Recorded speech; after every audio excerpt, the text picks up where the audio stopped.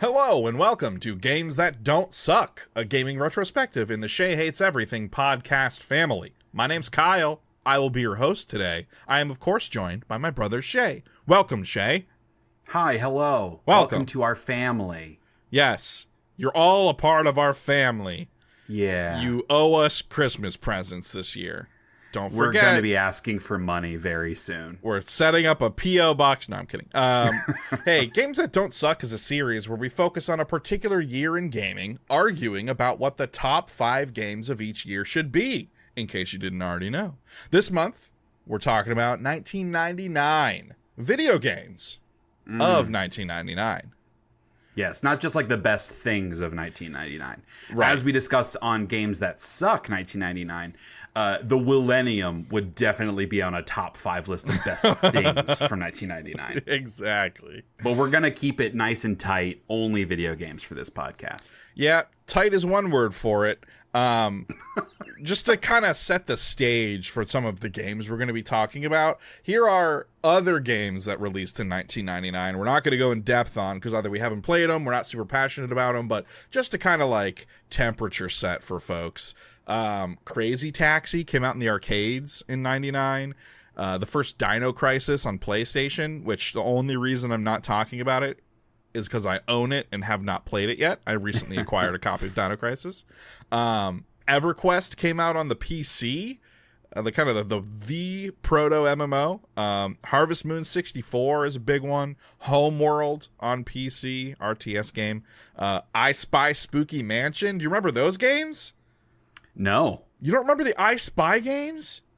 Very vaguely. Oh, we definitely had I Spy games. I remember, yeah, my memory is of you playing an I Spy game. Okay. Not me playing an I Spy game. That's fair. I was more the target demo with my being 7 years old. Jet Moto 3, the Jet Moto game I have not played. Legacy of Kain, Soul Reaver, Resident Evil 3 Nemesis, SimCity 3000, Jammer Lammy. 99's a good year, and that's not even the games that we're super passionate about. Yeah, Jammer Lammy I have not heard of. Oh, it's the spiritual success, or the spin-off, not spiritual, it takes place in the same universe, spin-off of Parappa the Rapper. Oh, okay, yes. Sort of a pseudo-sequel. Yeah. My biggest regret is Legacy of Kain. I've never played it. It's on my ever-increasing pile of shame video game stack. But yeah, these are all unfortunately mostly games that we just haven't played. And when we do bad games, it's easy enough to talk about bad games we haven't played because we absorb things through osmosis. But like when we're talking about game of the year, best games, it's hard to put a game on our top 5 that we have not played, unfortunately. Totally. Yeah, especially in a year like 99. There's a lot of games on this list. I'm excited to get into this because I have no idea how this is going to go. Me neither. There's usually a couple of games that like I know are locks for the top 5. This is a weird year. I couldn't tell you. I have no idea. When I say weird year, like there are a lot of great games in a bunch of different kinds of genres. Yeah. That you and I used to really, really enjoy. So it'll be interesting. The way we do things here, we go in alphabetical order, so that's the reason why we're starting with Age of Empires 2 on the PC. This was developed by Ensemble Studios and published by Microsoft, and has a game rankings aggregate score of 91.49. That's a good score to start off with. My primary memories of Age of Empires, like this is the Age of Empires game that I played the most of. I had a friend who had like a garage that had been converted into like a media entertainment home theater room kind of thing. And in the corner, they had this old boxy Windows PC. It was, well, when I played Age of Empires 2, it was probably early 2000s. So I guess by that standard, it was kind of old. But it was the old, like yellowing, off-white Windows computer. And it had games like SimCity on it, Age of Empires, other stuff like that. I remember playing, like going over to this friend's house for a full weekend, like Saturday morning I'm over there, spend the night Saturday, all day Sunday I'm there, and then coming home to go to school on Monday. The whole weekend just playing Age of Empires 2, man. Like the figuring out what the cheat codes were to get extra resources so you could like build your camps however you want. Just spending hours and hours playing it. It was my introduction to the RTS genre. I think I believe so. This was like my first one. And it kind of spoiled me for RTSs for like a really long time because I've never found another one that I've really kind of glommed onto the way I did with Age of Empires 2. It's just like, in my brain, it is the best Age of Empires game. Subsequent ones have like more campaigns, more options, more units, more like time periods in ages to progress through. But in my heart of hearts, it's Age of Empires 2 all the way. Where are we in Age of Empires? How many games have there been in the series? Well, there's an Age of Empires 2 remaster out, if that tells you anything. 4? Are there 4 Age of Empires just Googled. games? I see Age of Empires 4. I don't know. Age of Empires 4 Anniversary Edition. Age of Empires series. The like RTSs are not generally my thing, so I have no frame of reference for this game, because in my mind, like I know they're not the same game, but Age of Empires and like Civ are like in the same category, and I know they're super different games. I just have no exposure to any of that kind of stuff. I think that's fair. That makes this harder. I super want to keep Age of Empires 2 around on the short list. Yeah, like, because you said you haven't been connected to other RTS games. Like, how many have you given a shot? Like, what's the I played quite a bit of Age of Empires 3. And liked that one a lot, but 2 is still my favorite. I tried Age of Mythology, which I think is actually getting a remaster sometime soon. Age of Mythology, like remade, retold, maybe. I played that. I played some StarCraft, which I know is different, but I have played some StarCraft. Sure. I played, what was that Star Wars one? Star Wars RTS. What was the name of that? Empire at War. I played Empire at War, which I really liked that. They Are Billions, which is again very different. That's like more of like a base building RTS where you're like holding on. It's sort of tower defense-y RTS. Defense. There are others, I think, but none that have really stuck in my brain as being that's important. That's the challenge that I can see is like having a series or a game like that you really love that you don't have a lot of comparisons to. It's hard for me, having not played any of them either. That would be the only case where it would be hard for me to feel good about it. But knowing that you've played a decent amount of other RTSs and just not like you're not super into a lot of games in that genre, but Age of Empires 2 spoke to you, I think it's totally justified to keep.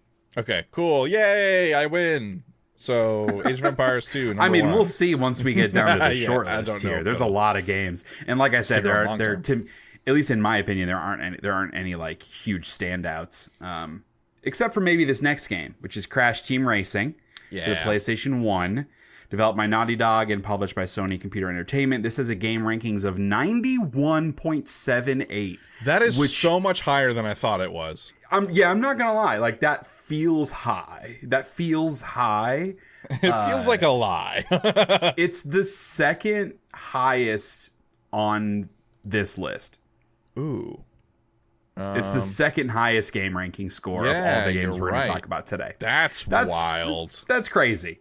But yeah, I think this game was a really good variation of the Mario Kart Racer style. I feel like it did enough to make it stand on its own and not just feel like a lesser than clone, just with a different IP.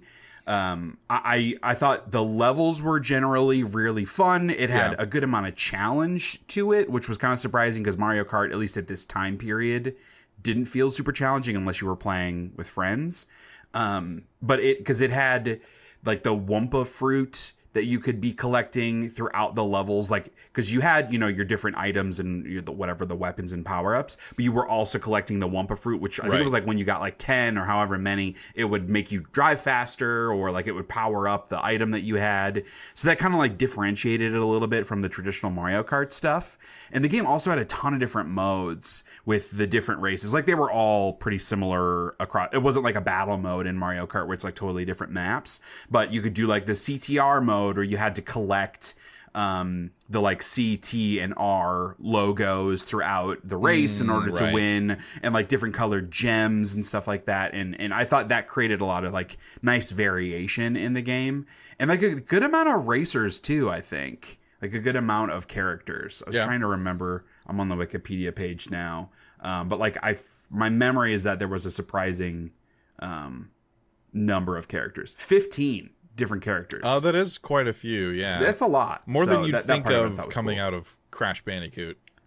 Yes. Well, yeah. And I don't think they made any new characters for this, but it was a lot of, the rando, secondary, tertiary the bosses characters and stuff, right? Yeah. Yep. Yeah. Well, yeah, and what's his face? Neocortex, like he was one of the racers, because like the story, I think like he and Crash are like teaming up against a different guy. I see. So yeah, okay, but yeah, I love CTR. I think Crash Team Racing is really good. Like it's, to me, it's in the pantheon of like best kart racers, even up against some really really good Mario Kart games. So yeah, I would like to keep that. Yeah, I second that. I like Crash Team Racing a lot. I own Crash Team Racing. And I have owned it for a very long time. It was not a recent acquisition. It's just one of the ones that I've kept because I like it. All right. Next up is Croc 2 on the PlayStation. Developed by Argonaut Software. Published by Fox Interactive. Game rankings of 73.87. We don't have to spend a lot of time on Croc 2. Croc's not going to stick around, but I wanted to talk about Croc 2 because Croc 2 is the Dark Souls 2 of Croc, because it's a hub world. So they Spyroized it, basically, because like the first Croc was like the first Crash Bandicoot, where you have this like map that you're going level to level.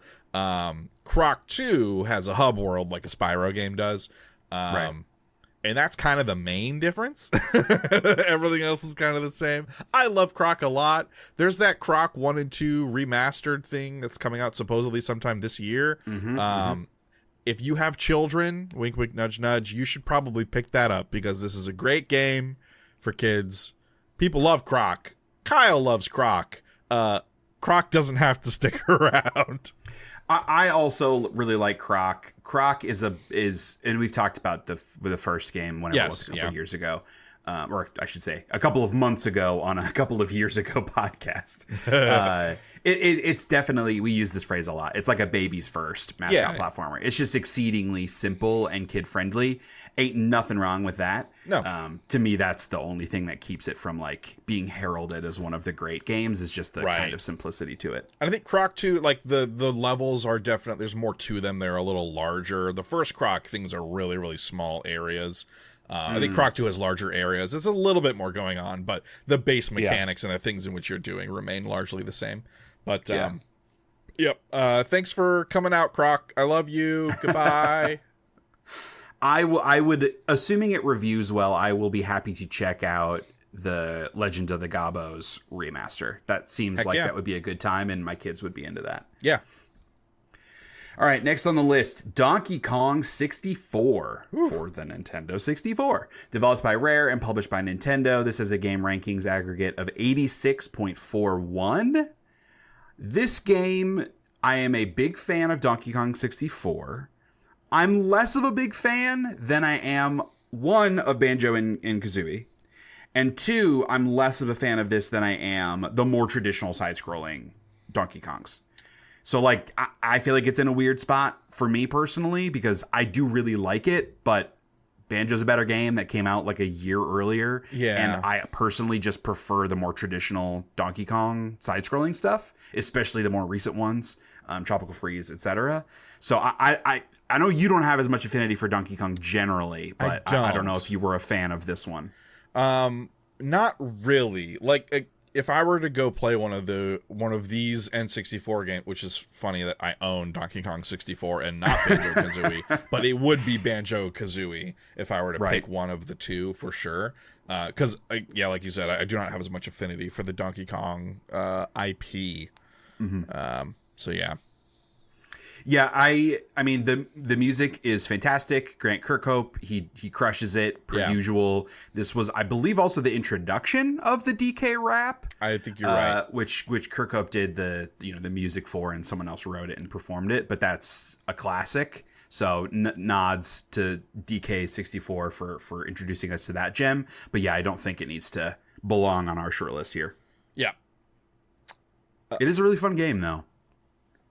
Yeah, and like not everything. That I own it. So there's a weird thing where, because DK64 I think requires the expansion pack on the N64, and I got sounds right. I got a reproduction expansion pack, but still couldn't get it to work for some reason in my Pikachu N64. So I need to figure that out one of these days. Because I would like to go back and play it just to like refresh my memory on it, but yeah, like I said, Banjo-Kazooie kind of blows it out of the water a little bit. All right, next up is Final Fantasy VIII on the original PlayStation, developed by Square, published by Square EA, Electronic Arts. Game rankings of 89.12. I have 2 words for you, Shea, as to why Final Fantasy VIII should stick around, and that is Triple Triad. It is the card game in Final Fantasy VIII. Triple Triad is the best mini game in any Final Fantasy. It's better than Queen's Blood. I mean, that's pretty bold. Yeah, look, Queen's Blood is good. As someone who doesn't love the Rebirth or whatever, Queen's Blood is really good. Triple Triad, I think, is better because it is more of a like traditional card game.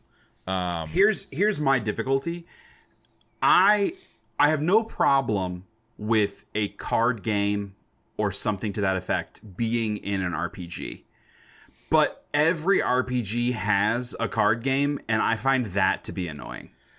Yeah. I saw there's a great video from Yahtzee over at Second Wind. Go check out on YouTube, where he does a video specifically about like all the different card games and how many of them are very good. But like, I don't want to do that shit. And he talks about Gwent and things like that. Sure. He talks about the Queen's Blood also. And I come down in a similar way that he does. Like, I ignore all those. Like, I'm playing Fallout New Vegas right now, and I literally I'm like, dude, I'm not playing fucking Caravan. I do not give a shit. That's not what I'm here for. Oh yeah, I'm not playing Caravan either. Ugh. And so that's kind of how I feel about Triple Triad also. I don't care. I don't want to do that. It even like, Queen's Blood, I felt the same way. I had some fun playing a couple rounds of Queen's Blood, and then when I saw that there was like a quest that you had to like win or at least get into that big championship, I was like, ugh. Like, I don't want to have to do that kind of thing. So I hear you on Triple Triad being a really good one of those. I just inherently don't tend to enjoy those. Okay, I have other good news for you then about Final Fantasy VIII. You did say one thing, like there was one reason, and you gave it, and I'm rebuffing that reason. Also, I'm pretty sure we talked about Final Fantasy VIII on games that suck from 1999, so I feel like just by definition, it's kind of disqualified from this list, right? So you had brought it up as games that suck, which is fucking ridiculous. So I got to it first, and so I win. No. That's not, we have a schedule. These things come out in a cadence. It's not my fault. There's no winning or losing. Here's some other great things about Final Fantasy VIII that I feel like they have been lost to time, and people write off Final Fantasy VIII unfairly. Because I think people go, oh yeah, Triple Triad's great, the game sucks. That's not true. Triple Triad is amazing, and also the game of Final Fantasy VIII is amazing. It's like it was the first time you got those really highly detailed polygonal character models. They looked awesome. It was True. like, in a lot of ways, to me, Final Fantasy VIII is the proto Final Fantasy X. Yeah, if you're saying it's like a worse version, I'm with you. I'm saying it's an early version. I'm Like saying an it's early like bad an version. early version, and that's the only adjective I'll use. Like a worse. I'm not understanding what early means in this context. I am definitely there are a lot of people out there who prefer the active time battle system to like regular turn based. I fall on the other side of the fence. I prefer regular turn based versus ATB. And honestly, the ATB I'm struggling going back and playing Final Fantasy VII, like really enjoying it. I have a guide. I have a physical guide for it now. I'm playing the Switch version, the port, which is really good. I'm having trouble just because I hate the active time battle system. Final Fantasy VIII was like a return to the typical turn-based system. Also, like the magic system in 8 is really cool. You're like, magic is like a consumable almost, and you're like drawing it out from enemies in the environment. There are summons, Guardian Force summons, that you can upgrade. So it has that whole system. So there are a lot of parts of it that are similar to Final Fantasy X, Right. in that way. One of the best games ever made. Correct, yes. And I also think it has a lot more fantasy in it than 7 had. 7 was just like its own universe, its own thing, its own spin on it, which was super cool. I loved it. It was more sci-fi than it was fantasy. Totally. And this one, I think they shifted the balance back to being more fantasy than sci-fi, but still holding to both elements. Like, Squall fucking drives a car, like a cool, like early James Bond era looking, like early 1900s car.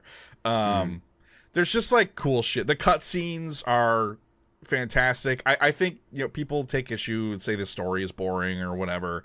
I think the story is very evocative, especially given the time, the technology, and like the character models and the 3D rendered cutscenes. I thought all of that stuff was super impressive at the time and really worked on me when I first played it. And you can fight a T-Rex in that first area, like a Robo T-Rex. So Final Fantasy VIII's great. It sounds like I'm not allowed to keep it around. Here's the thing. I added Final Fantasy VIII to the games that suck not because I thought it was one of the worst games. I believe that's the first thing I said about it, was that it's not going to be on the top 3. I added it because I found it to be exceedingly disappointing as a follow-up to Final Fantasy VII. I do not think Final Fantasy VIII is a bad game. It is so far down the list of Final Fantasy games that I would want to replay, and that makes it feel worse than it is. The struggle that I have is like is Final Fantasy VIII better than 10? So, no, but that's not the conversation we're having. I know, but I'm leading to a point here. Is it better than 10? No. Is it better than 7? In a lot of ways, for me, yes. You're crazy. In a lot of the video game ways. Okay, then I'll stop making it a question, because you're arguing against the point that you know I'm going to make. It is not better than 10 or 7 or 4 or 6 or 12. I could make an argument it's not as good as 9. I personally would make an argument that it's not as good as 13. 13's story has a lot of problems. Its structure has a lot of problems, but I'm an apologist for that game. Like, that's the biggest problem for me with Final Fantasy VIII. Is like, it's not even in like the top 7 games in the Final Fantasy series, and so it just doesn't feel like it. This is the top 5 games that came out in any given year. At the end, when we get through all of this, this is like effectively a like top 100 games ever made style list, and I just don't think Final Fantasy VIII is of that caliber. I don't think it's one of the top 5 games that came out in 1999. Final Fantasy VIII is better than Croc 2 and Donkey Kong 64. But also I don't think it's better than Age of Empires 2 or CTR and maybe some other games on this list. Yeah. So like it is fine if we leave it. It's fine.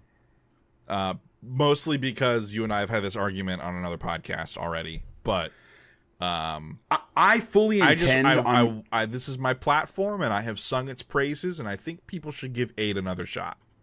Yeah, I'm not arguing with that. Like, this isn't a is this game good or bad conversation. It's is this game one of the best games? And I just don't think that it is. That's my opinion. You disagree, and so we can keep it for now if you feel like you want to fight for it. Like I keep saying, this is a weird long list, and I don't know which direction it's going to go. I have a very hard time believing that I personally would advocate for Final Fantasy VIII being in the top 5. It's not impossible, and I fully intend on like I'm replaying New Vegas now and also Final Fantasy VII because I'm also having a hard time in going back to that game for different reasons than you. But after that I intend on playing Final Fantasy VIII again, and I have not played that game since it came out. So I could come back in a couple of months and be apologizing to you and completely have changed my mind. But what I know in my experience was how disappointed I was in Final Fantasy VIII. Not because of the combat. I also like the turn-based. I don't have a preference between the ATB and the turn-based stuff, but more in terms of like the characters in the story. I just found them far less engaging. A lot of the characters felt like lesser than versions of characters in Final Fantasy VII. Sure. Like Squall to me felt like a lesser Cloud, and like everything about it just felt like a lesser version. And again, that doesn't make it a crap game, but it does make it really disappointing. Yeah. And yeah, that's where I'm coming from on it. Yeah, and I think I agree with you on those points, right? So, like, because like the issues that I have with 7 are not the issues that I have with 8, and vice versa. So it's kind of like I kind of wish they could have smashed those games together in some way. Yeah, I mean, I don't disagree at all that Final Fantasy VIII looks much better than 7. Looking at Final Fantasy VII is hard to do. It hurts my eyes to look at that game in every way. The polygonal characters look so bad. The backgrounds look so fuzzy. Yeah, looking through my modern eyes, right? Man, my old man wearing glasses eyes. Yeah, if you think the video game Final Fantasy VII looks bad, boy, don't look at this game guide that I have that I own for Final Fantasy VII. I will say in the intervening 26 years, graphic design has come a very long way. Yeah. Even like font choices and stuff like that. Oh yeah. Also, this guide is just wrong sometimes. And we're not here to talk about Final Fantasy VII strategy guide. Final Fantasy VIII, I love you, moi moi moi. We got to move on.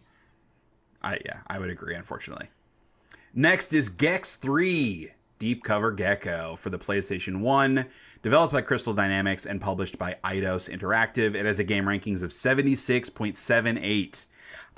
Excuse me. I think that Gex 3 is kind of where everything came together for Gex. That's what I was thinking. This is the best one. It isn't because I mean, Gex 1 has a lot of problems. It's a very different game. It's a side scroller. It's much more simple, sort of pixelated graphics. Yeah, well, and visually, I think it's pretty muddy and kind of a mess. The first one is. Gex 3, I think it like levels everything up. No pun intended. It's got like bigger worlds. The graphics look better. The animations and camera are better. It just isn't like it's more of an iterative sequel than it is an innovative sequel, which I don't think is totally a knock against it, but like makes me a little less excited about it. The biggest thing that I think is the biggest positive is that the sort of like character that you're trying to rescue is an FMV Playboy model, and at the time I was like, yeah, dude, like game of the year 100%. But I mean, comparing it to games of its ilk like Croc 2, like I think it's a more interesting game mechanically than Croc 2. Yeah. I don't think it's as good like as Donkey Kong 64. I don't think it's as good. There's another mascot platformer later on this list. I don't think it's as good as that one. So it's kind of in that middle tier where it's very good and worth talking about here, especially because we talked about Gex 2, but I don't think it makes the short list. Yeah, I think that's fair. this is one that I intend on finding and playing someday. Mm-hmm. I would be down for a remaster of that series. Yeah. That would be fun. Yeah. Especially if they're doing Croc. Right. Yeah, I have to wonder, right? Crystal Dynamics. Yeah, I wonder who has the Gex IP. Well, the Eidos is the bigger problem there. Well, yeah. Because I imagine, it's probably owned by Embracer at this point. Yeah. Which means that it's never going to happen. Nothing's ever going to happen. It's going to be sold to someone else in 15 years. When Embracer so many finally companies fully liquidates. So many companies have spun out and taken some of the IP with them. It's hard to know. Right. Some investigative journalists could figure that out, but that's not us. It ain't us. All right. Bye-bye, Gex 3. You're fun. And whatever that Playboy model chick is awoken something in me when I was playing that game. Gran Turismo 2 for the PlayStation 1. Polyphony Digital and published by Sony Computer Entertainment. This is our highest game rankings on the list. 92.42. People who like cars get horny about cars. Yeah, dude. And I don't think this game continues. You and I both have a lot of passion for Gran Turismo 3, and I also have some passion for Gran Turismo 4. But I played Gran Turismo 2, but A-Spec Gran Turismo 3, that was the one that I have the strong memories of. Yep. So I think we cut it, which I think so. I want to say it out loud. It's extremely good and won some Game of the Year lists in the era, but I don't have a passion for it. I know you don't have a passion for it compared to some of these other ones. Yeah, I'm super okay leaving this one behind. I think 3 is just better in every way, which, it should be. It's a sequel, right? But, I mean, especially looking at the other games of the year, I'm not crazy about GT2. Yeah. Mario Golf. This is an interesting one. So I'm talking about the N64 version. There was also a Game Boy Color version that I have not played that I feel like people like more than the N64 version because it had some RPG elements to it, which sounds really cool. Okay. But the N64 game I did really enjoy. We grew up playing Mario Golf on the Game Boy, and so having it on the N64, big colorful, polygonal characters it was like nostalgia when I was a child. Yeah. So weirdly, the game that I still have our cart actually of it, but it's just called Golf. It has Mario on the picture and you play as Mario, but the game is just titled Golf on the original Game Boy. Yeah, so that's crazy. Yeah, so Mario Golf there was a Game Boy Color game of that. Okay. So the one that we have is the old original Game Boy one, just called Golf, which is crazy. Funny. But yeah, so and I guess I should do the walkthrough here. So Mario Golf for the N64 was developed by Camelot Software, published by Nintendo with the game rankings of 87.32. I think the coolest thing about this game is that it obfuscates the complexities of golf to make the game more approachable, but those complexities still exist in the background of the game. So wind speeds and weather, if it's raining, changes the spin and the speed that the ball moves. But that isn't really surfaced a ton to the player. In later Mario sports games, they get more complex. But in this early version, the intent was clearly let's make this as approachable a sports game as we can with all of the cool mechanical shit underneath the hood that you're not exposed to. And I thought that was really cool. Yeah. At the risk of getting an angry text from Dad, video game golf is so much better than normal golf. It's just much easier to play, that's for sure. And less expensive. Also true, less time consuming, less frustrating. Right. You don't get a sunburn. No sunburns. You don't have to wear those stupid plastic cleats. Mm-hmm. You don't have to wear a golfer's hat. Which But actually I'm like wearing right now. You can't nap while you're watching it, though. That's like the main appeal of real golf. Although you can't nap if you are actively golfing, but watching golf is like the best thing to nap to. You can play Mario Golf for the Game Boy Color in a golf cart. You could also play it in bed, which is where I thought you were going with that. So you could nap in between holes. Yeah, I was going to follow it up with you can also sneak beers in your cooler of the golf cart while playing Mario Golf. Yep. True. So I don't know. Where are you on Mario Golf? Do you have any passion for it? So I never played the N64 version, which makes it tough. Yeah. So the only one I played, right, is the original Game Boy version, which is actually a different game, just titled Golf. So I don't have a lot that I could say about this one particularly. Okay. Yeah, I think we can cut it then. I'm a big fan of it. Those early Mario sports games, a lot of them I really enjoyed. And the more recent ones have not had as much appeal to me. Mario Golf is the one that like stands out in my mind. But yeah, I think we can let it go. Okay. Next is Medal of Honor. Man, I've got a bunch of these back to back. Yeah. Developed by DreamWorks Interactive and published by Electronic Arts. Boo hiss. Game rankings of 87.31. This is another game where like I think this is a great game. I have more passion for future iterations of Medal of Honor. I don't think that, to me at least, doesn't disqualify it from this list because I do think it's an awesome game. Yeah. And like this Medal of Honor created a genre of first-person shooters. Yes. Like, look, hey, Wolfenstein existed, right? Like, there was already that, like, World War II era military shooter style thing. But a modern take on a first-person shooter set in World War II, I feel like Medal of Honor, at least the first one that transcended into popularity, at least, like, in my experience. Yeah, I think What so. I did not know, which is crazy, is that Steven Spielberg came up with this game. He founded or like co-founded, the development studio after watching his son play GoldenEye, and he was like, "This looks awesome. I'm a huge World War II buff. Let me make a World War II one of these." Right. And so that also it also influenced the kind of game it was, because this Medal of Honor game isn't as much of the big D-Day, huge battles style game. Those kind of came later. This first one, it takes place more towards the end of World War II. It's a lot more like spy oriented. There are like more undercover missions and infiltration. And I think the Medal of Honor games tend to be more like objective based like that than Call of Duty. Oh yeah, for sure.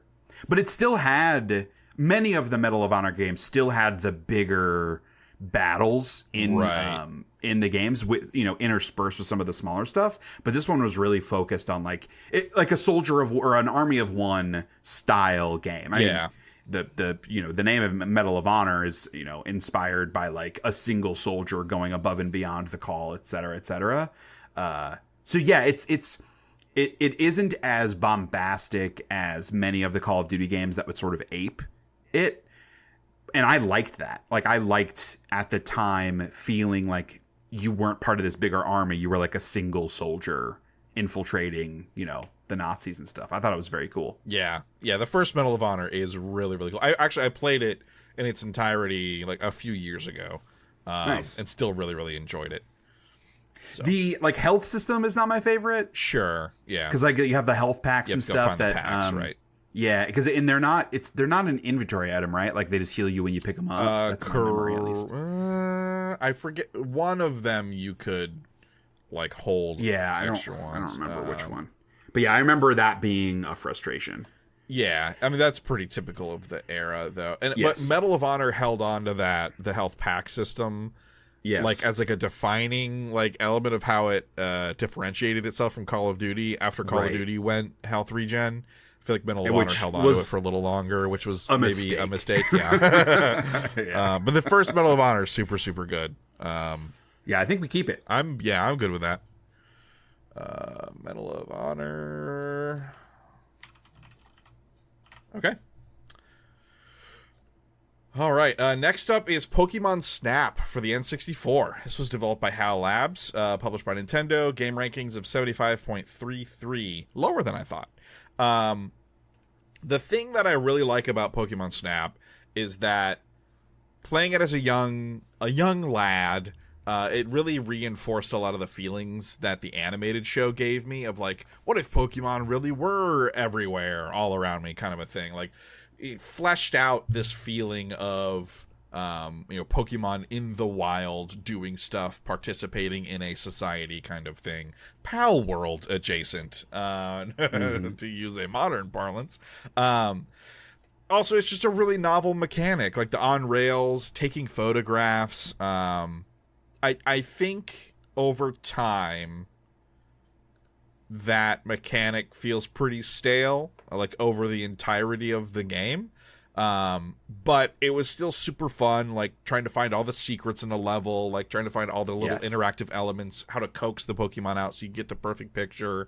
I will say, like, the picture points system that you would get from the professor never felt like it was super great. Like, I feel like sometimes I was like, I have an awesome ass picture and you're saying it's garbage, or I have like a terrible picture and you're saying it's amazing. So like that part of it was always kind of frustrating, but was also never really like the driving motivator for me. For me, it was more just like, I want to live in a world with Pokemon.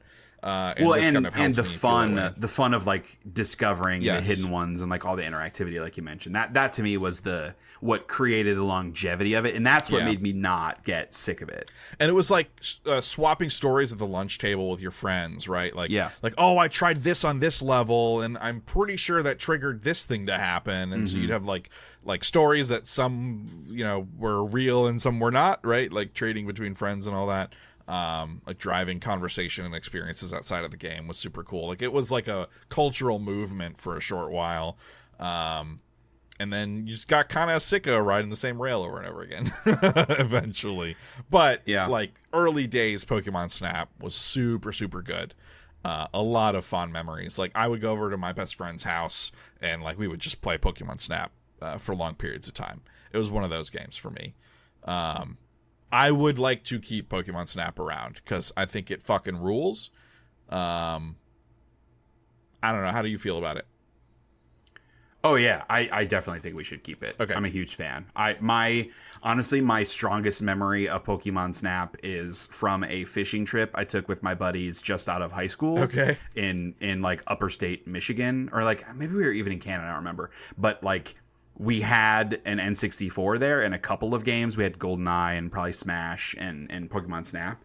And there were several mornings where I was like, I'm not going to go fishing this morning. I'm going to play Pokemon Snap. So, yeah. There's nothing quite like going on a vacation, being in a strange place, and just playing video games there. Yes. Those are some of my favorite memories, are just like, I'm going to do this thing I do at home, but somewhere else. Yeah, big fan of Pokemon Snap. Alrighty. Next up is Roller Coaster Tycoon on the PC. This was developed by Chris Sawyer and published by Hasbro Interactive with a game rankings of 63.47. That is so low. I can't believe it. Young me, I was a huge roller coaster fan. So when we lived in Illinois, when I was like really young, we were very close to Six Flags. And so we would go to Six Flags relatively often. And I was young enough that there was only like one, it was like the Green Wizard or the Wizard or something was the only actual roller coaster that I could ride because I was so tiny. I was short king. But I was like all about the roller coasters growing up. And now I get motion sick and can't ride them, and it makes me super sad. But Roller Coaster Tycoon was also like, SimCity had too many systems for me. Like, it was too complicated, like running the water lines and the power lines and like setting up your zoning and stuff. Like, there was a lot going on in SimCity. It was too much for me.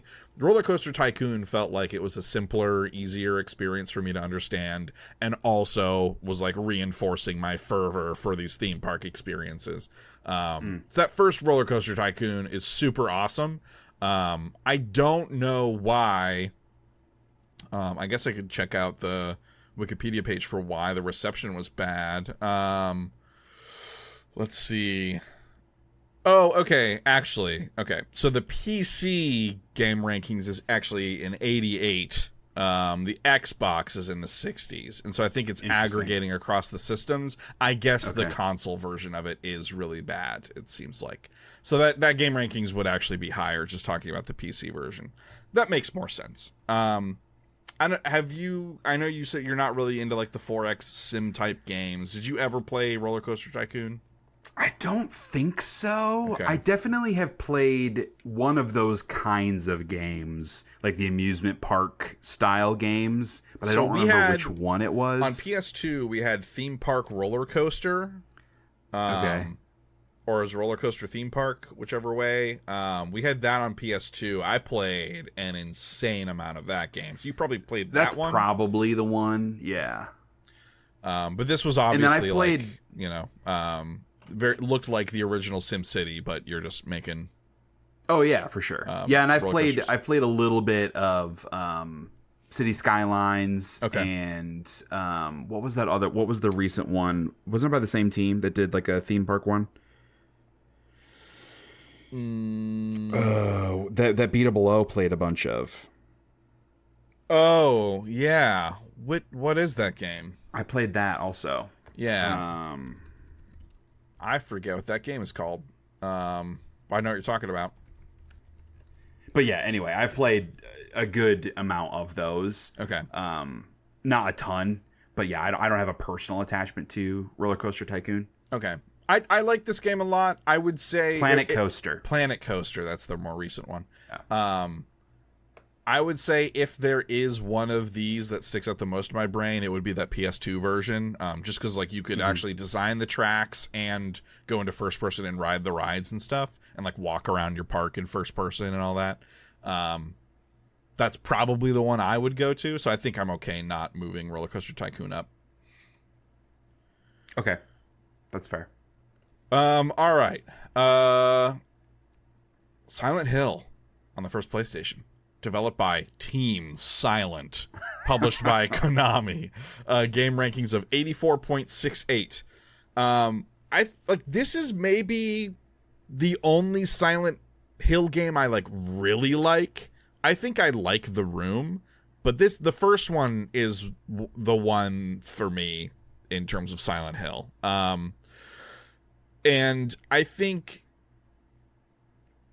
because I can't help but compare it with the Resident Evil games on PlayStation. And I think where I come down on Silent Hill versus Resident Evil is that Resident Evil has a lot of memorable set piece moments and stuff. But Resident Evil's more about the characters and the action. Right. Silent Hill has such tremendous sense of place. And they do a really, really great, especially for a Japanese studio, do such a good job of capturing that slightly strange small town USA feeling where sure, we grew up around those kinds of towns, not necessarily lived in them, but certainly grew up around them and visited those kinds of towns. Growing up, family in Indiana lived in a small town like that. So visiting them, Silent Hill made me think of those places and vice versa. So I felt a deep connection to the setting while playing it. Also, Silent Hill scared me shitless way more than Resident Evil did. Well, you're so much less empowered yes. than the Resident Evil games. Right. You the are limitations. A weaker, Yeah, the limitations definitely amp up the element of powerlessness and fear. So I Silent Hill has to be on our short list, probably our top 5 list. I don't know. I know you've spent a lot of time watching one of your high school friends play through several of the Silent Hill games. Did you ever watch or play through the first one? I have not played it. I have watched a friend play through all of them. The only Silent Hill game I've played was 3, and that's mostly because the main chick I was into at the time. But I have a hard time. I'm sensing a theme. Hey, in 1999 or going into early 2000s, I'm in middle school, man. Hormones are going crazy. But yeah, I think because I have an attachment to Silent Hill 3, it's hard for me to differentiate the first 2 Silent Hill games from each other. Sure. So that's my only struggle, but I have no problem moving it up. Okay. Yeah, I like Silent Hill 2. Trying to think. Yeah, I'm trying to differentiate 2 and 1 in my brain as well. I know Silent Hill 2 was a PS2 game, but wasn't it, the movie was based on Silent Hill 2? Is that accurate? Yes. Am I remembering that right? Yeah, with Scene Bean. Yep. Yeah, I'm trying to plot. Harry Mason. Yeah. So it takes place obviously in Silent Hill, the same as the first game. Yeah, I'm not. Oh, you're talking about the second game. Correct. The second game also takes place obviously in Silent Hill. Yeah, I don't. Maybe I didn't play 2. Maybe I only played 1. And that I've played definitely 1, 3, and The Room. Maybe I'd never played 2. I don't know. But yeah, anyways, Silent Hill moving up. So I don't want to get too distracted.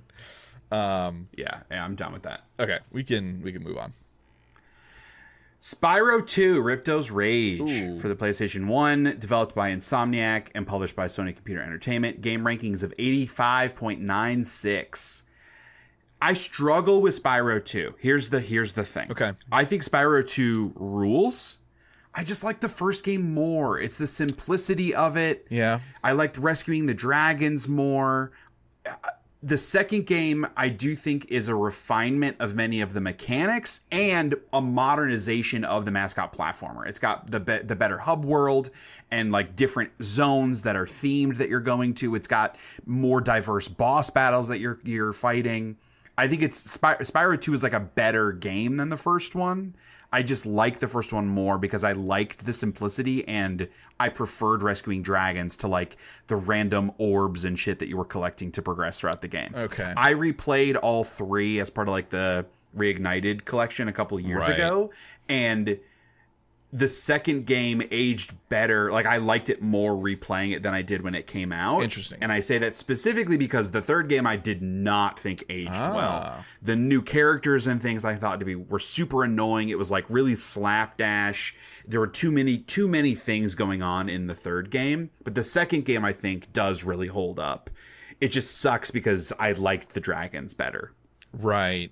I have basically no memory of Spyro 2, so I also got the Reignited trilogy. I've only played the first Spyro from the trilogy. I've not gone on to the second one yet. Oh, that's a bummer. Yeah, so I have not. I really don't remember much of Spyro 2.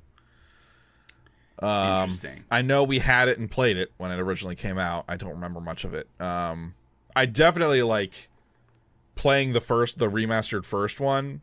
Like those old sound effects and like the little nyana guys, like that fucking like it lit my brain on fire with all the synapses that were reconnecting after like all the like long years of disuse. Yeah, I wish I could remember more about 2.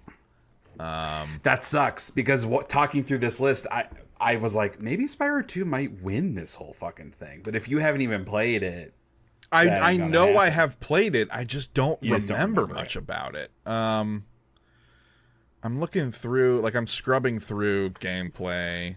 Yeah, it's great. I mean, the structure of it is just at the time, more modernized. And it came out the next year. Like I'm trying to remember back. The first game ended up making our top 5 in 98 because we were really struggling with Banjo and I think another game. And we were like, fuck it, let's just put Spyro on here. Because we love Spyro. But we just like it better. Yeah. So yeah, and Spyro, when I mentioned earlier when I was talking about Gex 3, like Spyro's the game between Spyro 2, Gex 3, Croc 2, Donkey Kong 64. When it comes to like the mascot platformers of this year, Spyro 2 is like way the best one of that list. Yeah. I definitely think we should keep it. I personally definitely think it should be in the top 5. but I guess it's not going to win.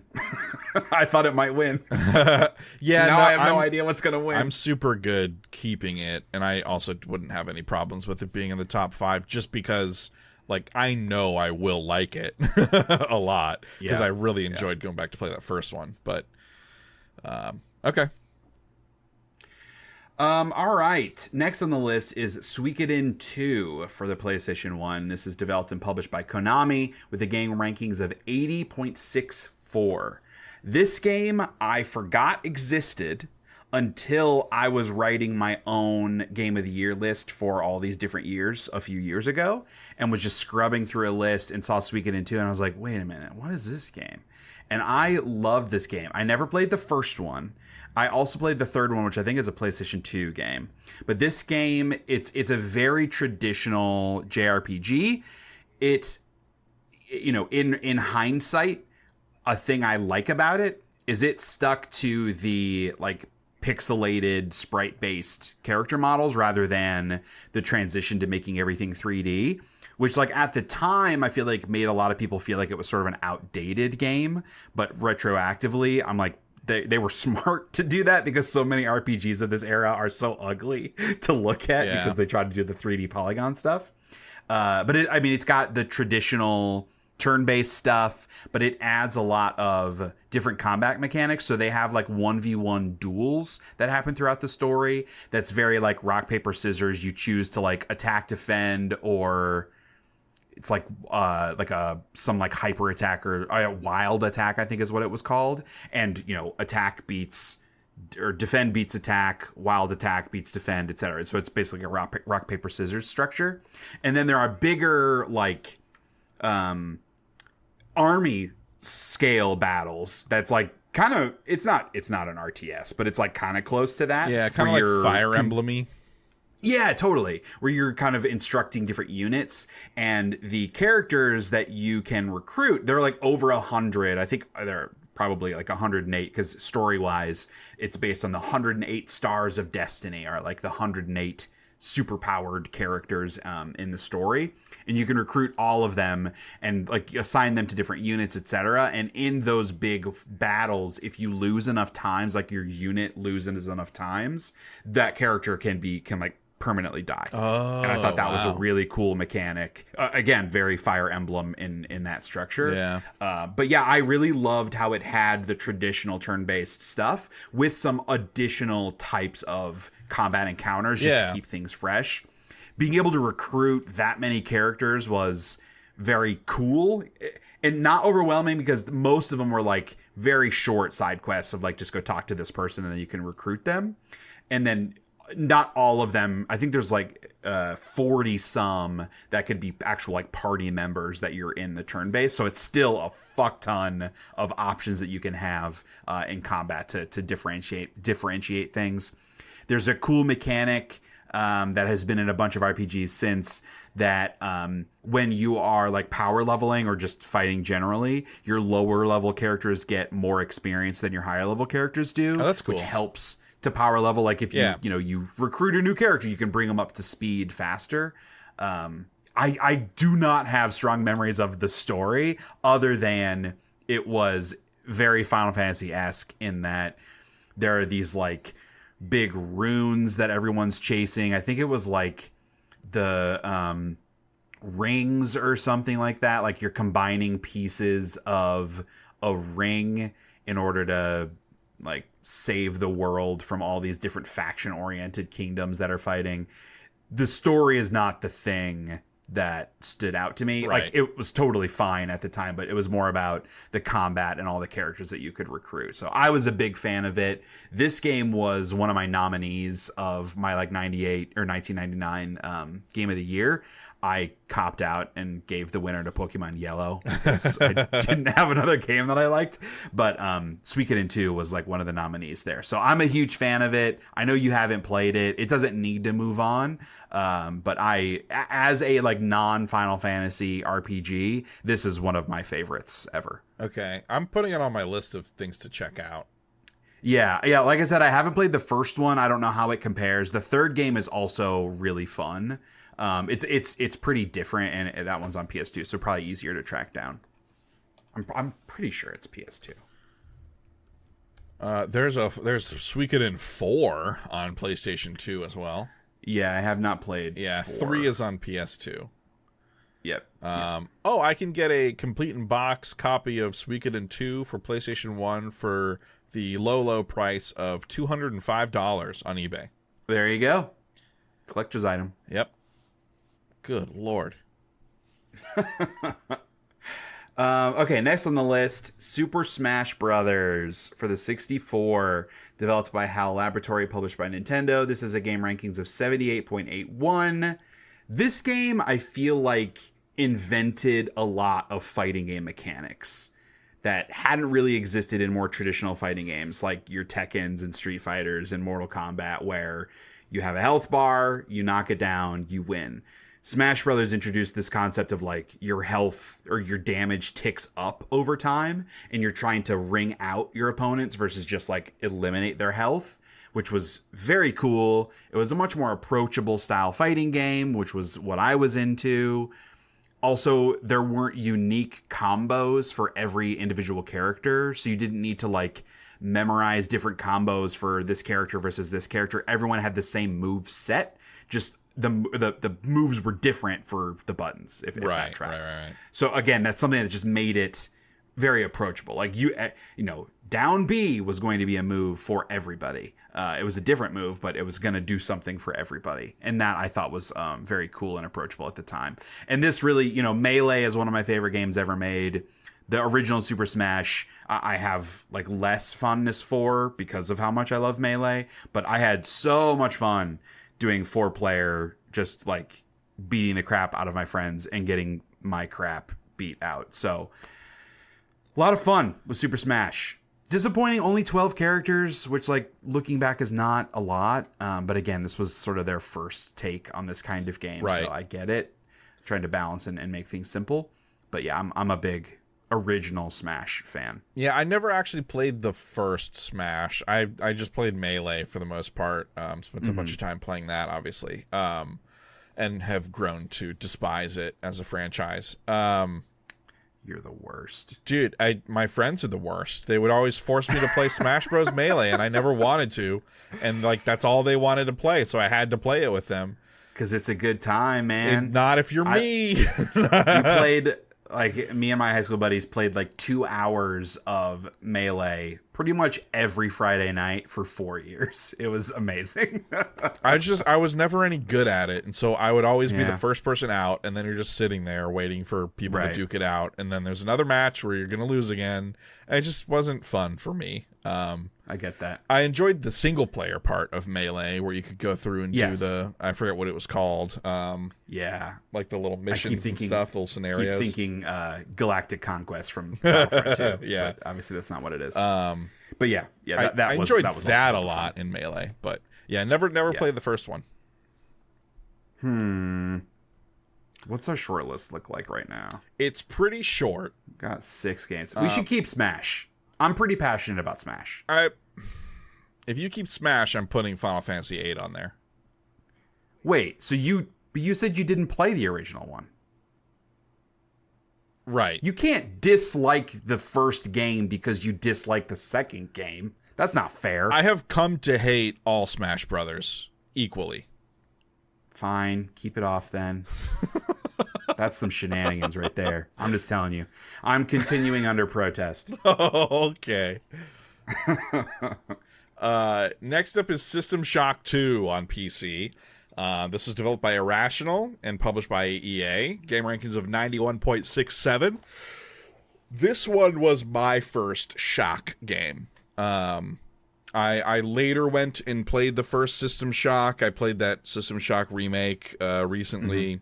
This is, I think, like the gold standard System Shock of the two. This is the better System Shock, I should say.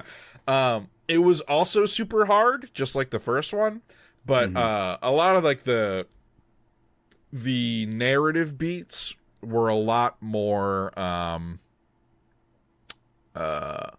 The narrative in 2 is told in a much more digestible,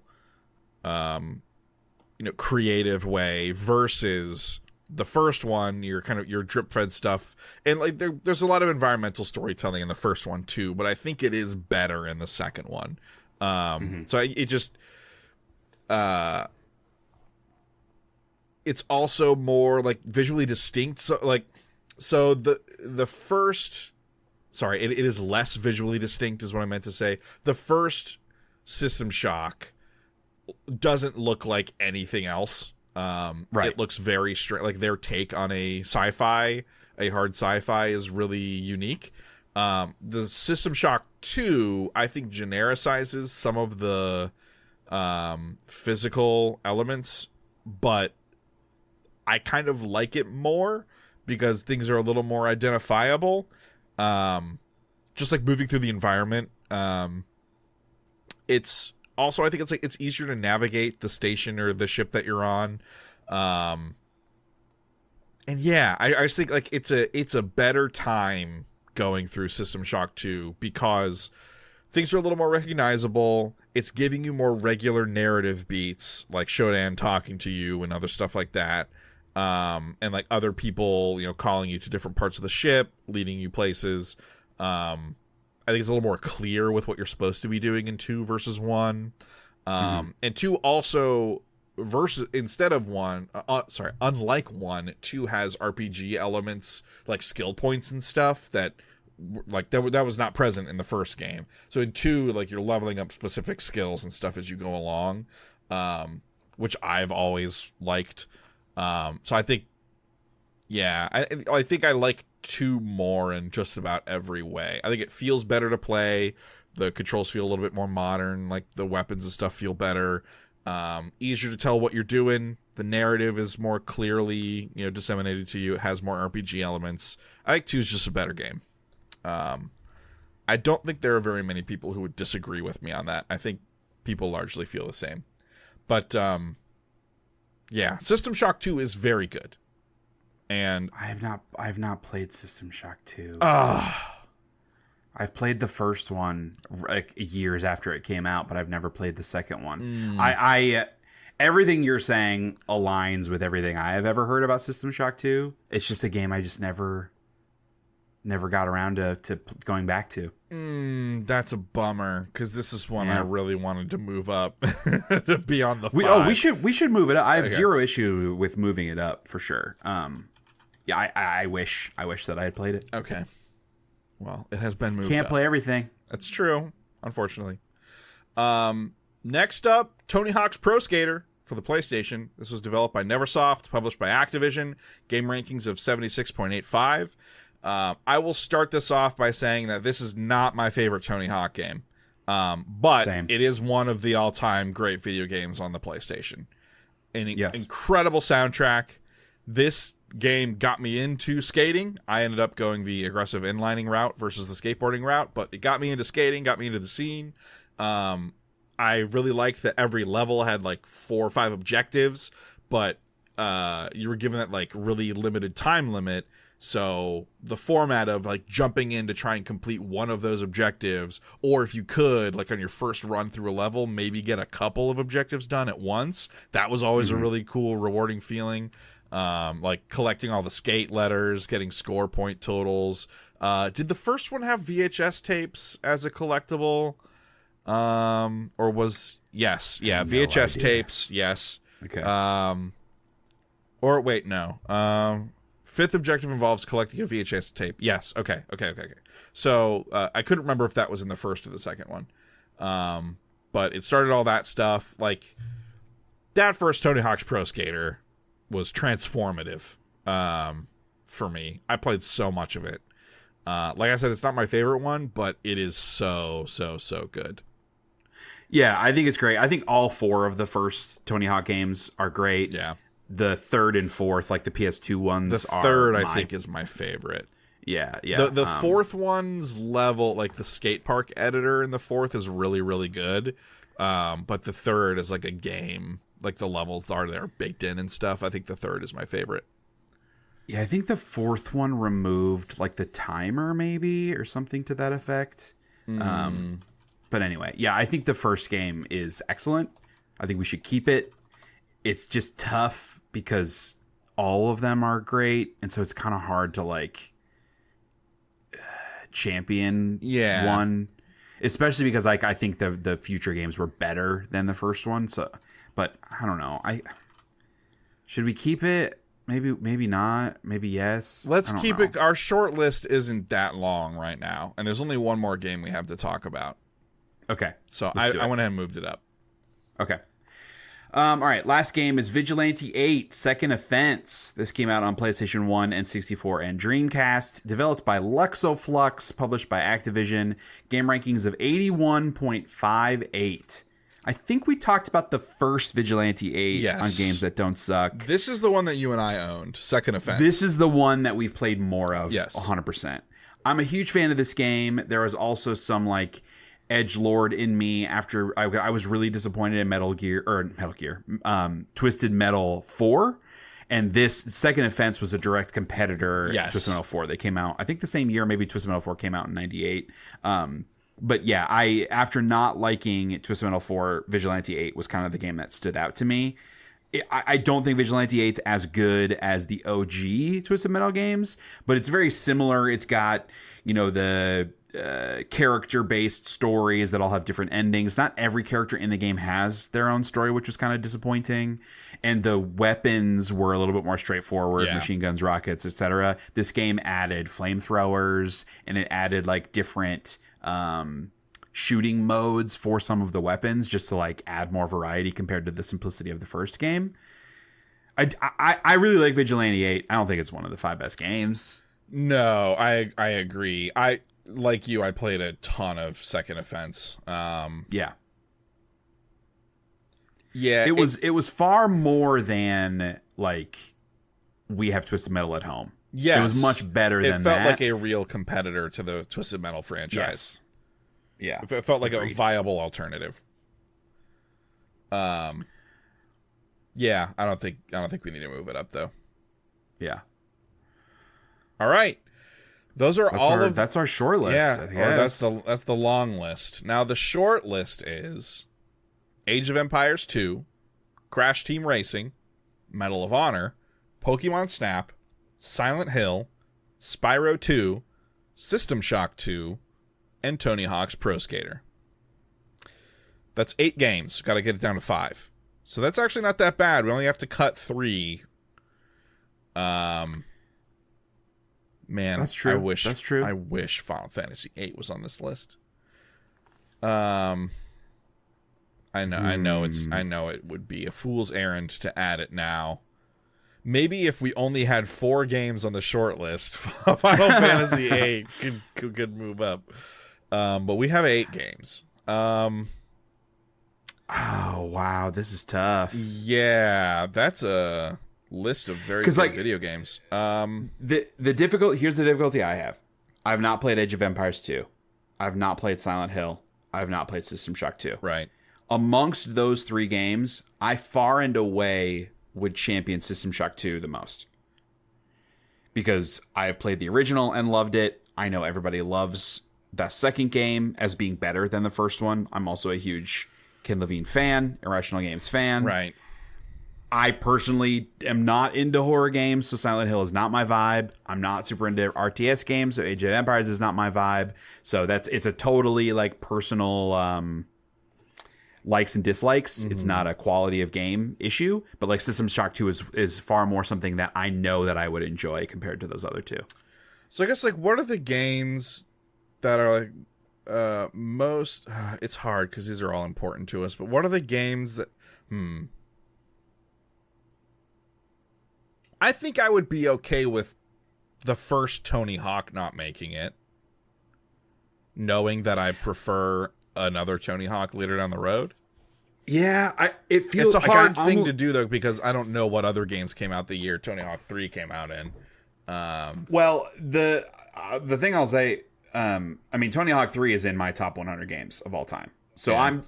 I don't care what it's coming up against. Yeah. I'm gonna fight for Tony Hawk 3. Okay. I mean, we'll see, right? Like, it was 2001. There might be 5 other games that are better, but I don't know. And ironically, on this list, granted, 3 of these games I have not played, but from this list, Pokemon Snap is the only game that I've got in my top 100. Wow. Okay. So that isn't me saying I think Pokemon Snap should win. It's because, we're talking about a single year in time versus just every game across all genres. It's just it's a different kind of context. I do want to lock in Pokemon Snap, though, if you want to lock in Pokemon Snap for one of the 5. Yeah. Like, to me, Okay. For the two of us together, I think Medal of Honor and Pokemon Snap are going to be in the top 5. Yeah. I think that's safe. I'm struggling with the color of green here because too light and you can't see anything. Too dark. There we go. And it looks too much like black. That's a good color. Why didn't I do highlight? I usually do a highlight. I should have. That's true. I was just letting you. I was letting the man cook as he wanted to cook. Okay, there we go. Highlighting works. So we're locking Medal of Honor and Pokemon Snap. I think that is the right thing to do. That doesn't mean they're going to be 1 and 2, but they're going to be on the 5. Right. I super think System Shock 2 should be on the 5. I'm okay with that. In a like history of video games context, I know how many people love System Shock 2 and obviously how much you love it. It feels right for it to be in the top 5. Right. And I believe that makes it really hard for Age of Empires 2 and Silent Hill because that's what I was thinking. Yeah. And again, it's unfortunately for you, this is a list for both of us, not just a Kyle's list. Because like you can fight for as many games as you want all day long. This list can't be 3 games that Shea hasn't played. I know. In the spirit of both of us loving a game, Crash Team Racing should also definitely be a lock, right? I kind of agree. Really like that game. This is tough because if we've got CTR, Medal of Honor, Pokemon Snap, System Shock 2 as 4 of the 5, that means we're looking for 1 game from Age of Empires 2, Silent Hill, Spyro 2, and Tony Hawk. Spyro 2, I think, has to be on here. And I know you're going to say that Silent Hill has to be on here. That was my I think for me, I think it would be between Silent Hill and Spyro for the 5th slot. We can safely cut Age of Empires and Tony Hawk. I think that's okay to let those games go. Yeah, I don't feel bad letting go of Tony Hawk. I do feel pretty bad about Age of Empires 2. Would you take it over Silent Hill or System Shock? No, in my heart of hearts, no. Despite how much, despite how awesome it was for me at the time, I know if I were to go back to Age of Empires 2, I would not have a great time. Whereas, I don't know about that. I think I have just kind of moved past that genre in most ways. Okay, and so, but I do know that I still really would enjoy Silent Hill and System Shock 2, 100%. Right. Yeah, that's fair. And I mean, unfortunately, it becomes an order of elimination thing because we're not going to have 3 games on here that I haven't played. So we have to cut the 3rd one it's a numbers game. Man, it's really hard for me to let Silent Hill go. Would you keep or would you remove any of the other 4 games to keep both Silent Hill and Spyro 2? Like, do you like both those games more than like CTR? Because I'm open to that conversation. It's going to be really hard for me to let go of Spyro 2, but I don't want that to just mean you have to cut Silent Hill. If you want to fight for Silent Hill over one of the other 4 games, we can also have that conversation. Yeah, see, I would take Silent Hill over. That's a hard. They're so different.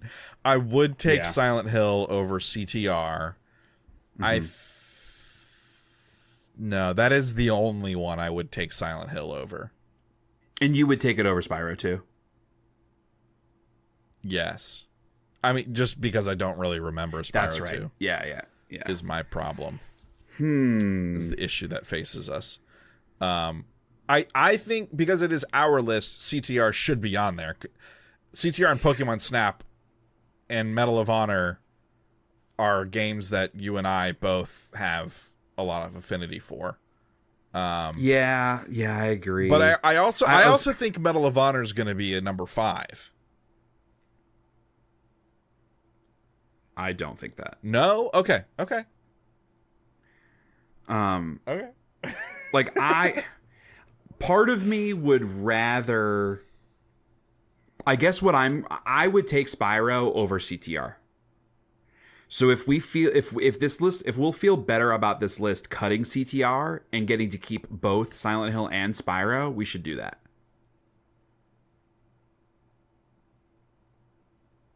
Because I'm not trying to cut System Shock 2, and I wouldn't take Spyro 2 over Medal of Honor or Pokemon Snap. So if we would feel better keeping both Silent Hill and Spyro 2, then I think we should cut CTR. But I agree with you. CTR is so like emblematic of a period of time for you and I both. CTR, Medal of Honor, Pokemon Snap, those three games definitely feel emblematic of us playing video games. It would suck to lose CTR. I'm trying to find a way to not cut Silent Hill or Spyro, because we both feel passionate about those games individually. Yeah. I do think it has to be between Silent Hill and Spyro, though. I think this fifth slot is between those two games. I think the other four have to be there. I think it'd be crazy to cut Spyro 2. I think Spyro 2, taking out Mario, I think Spyro 2 is like one of the best character platformers ever made. At least up to this point. Yeah. It's better than the third game. I think it's a better game than the first one, even though I have a softer spot in my heart for the first one. But like, take out Super Mario 64, and I feel like Spyro 2 is like right there. Yeah. It's been a long time since I played the first Silent Hill. And I'm wondering if it is as good as my mind gives it credit for. I'm second guessing my attachment to it. I mean, it's hard, right, to like trust too much of the aggregate, like the game ranking scores. Right, yeah. Just because, like, I feel like what we're finding is people were more forgiving. Critics were more forgiving of games back then than they are now. Like, right. With like what, one or two exceptions, every game on this list had like an 84 or higher. Right. That's crazy. Yeah. Like, that doesn't happen now. And You're Silent not going to Hill find... and Spyro 2 are neck and neck on game rankings. Silent Hill 84.68, Spyro 2 85.96. So only 1.5 points away. Yeah. I'm not even talking about directly comparing between two games. I just mean it's hard to look at the game ranking scores as a proof point of your memory on if a game was really good or not. Right. Because scores were much higher 20 years ago than they are these days. Yeah, games like these days, if you come a long way. If your game has a 79 aggregate score, that's amazing. Right. And that was not the case 25 years ago. Right. So that part of it makes it tough. Because like an 84, like these days, like that's incredible. But compared to a lot of these other games, it is lower than a lot of them. So it's just, and again, that's not a disqualifying factor. It's just that makes it harder to think back. Yeah. Let's keep Spyro. I mean, obviously, you're not going to get an argument from me. Yeah. Again, it is our list. I think you and I both have a lot of affinity for Spyro. Mm-hmm. And I know that I have played 2. It has just been a very, very long time. And I trust you when you say that it is better in the ways that it is better. Yes. Unfortunately, this is the last we will hear of Spyro on games that don't suck. Skylanders. Again, I think the third game is fun. It is not. It is definitely the weakest of the three, in my opinion. But you should play them. You should finish up that trilogy. I intend to come back and see. Yeah. I mean, by the time we get to, when did the third one come out?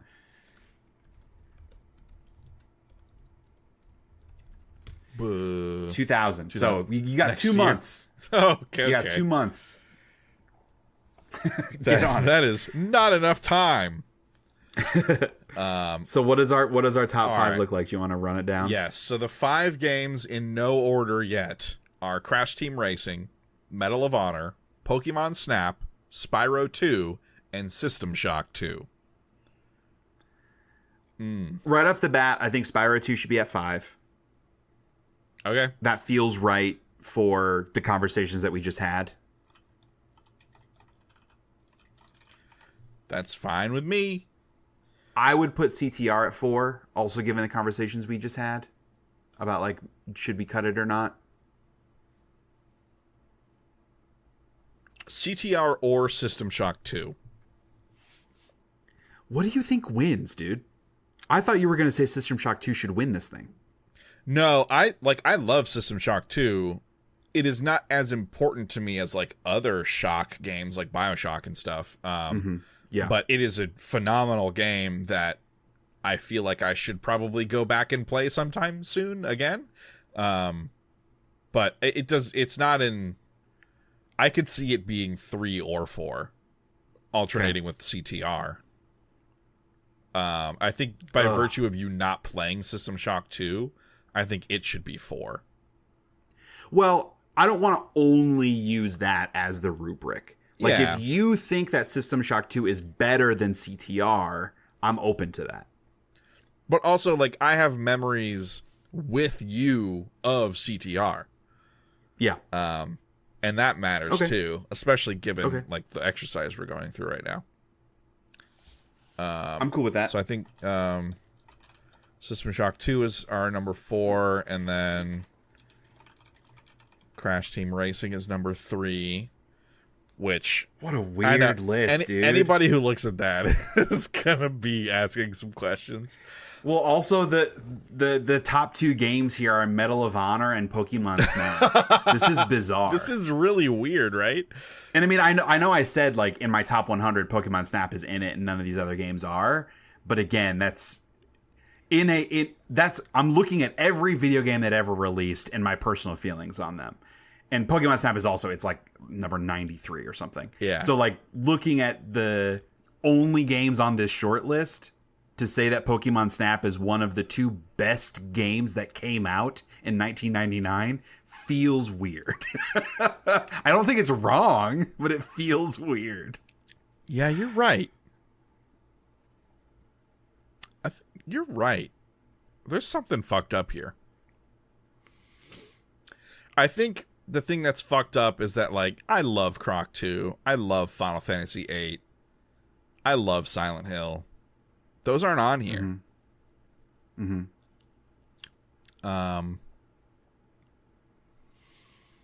But I think they aren't on here for good reason. Yeah, Silent I think Hill it's accepting. fine. Like, Silent Hill was in the short list. Like, Croc 2, in my opinion, does not belong in the top 5.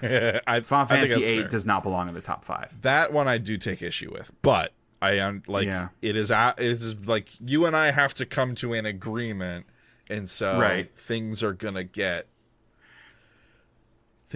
cut. I think that the biggest challenge is we tend to come into these discussions having a game or two that is in a different tier.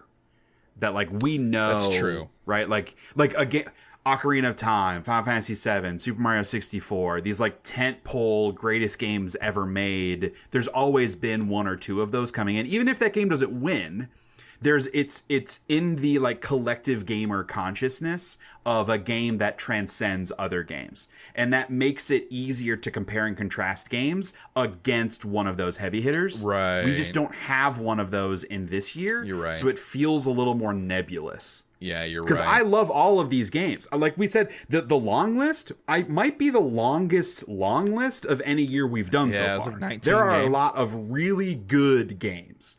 There just isn't one. Like I said, Pokemon Snap is the highest I have on my top 100, and it's in the 90s.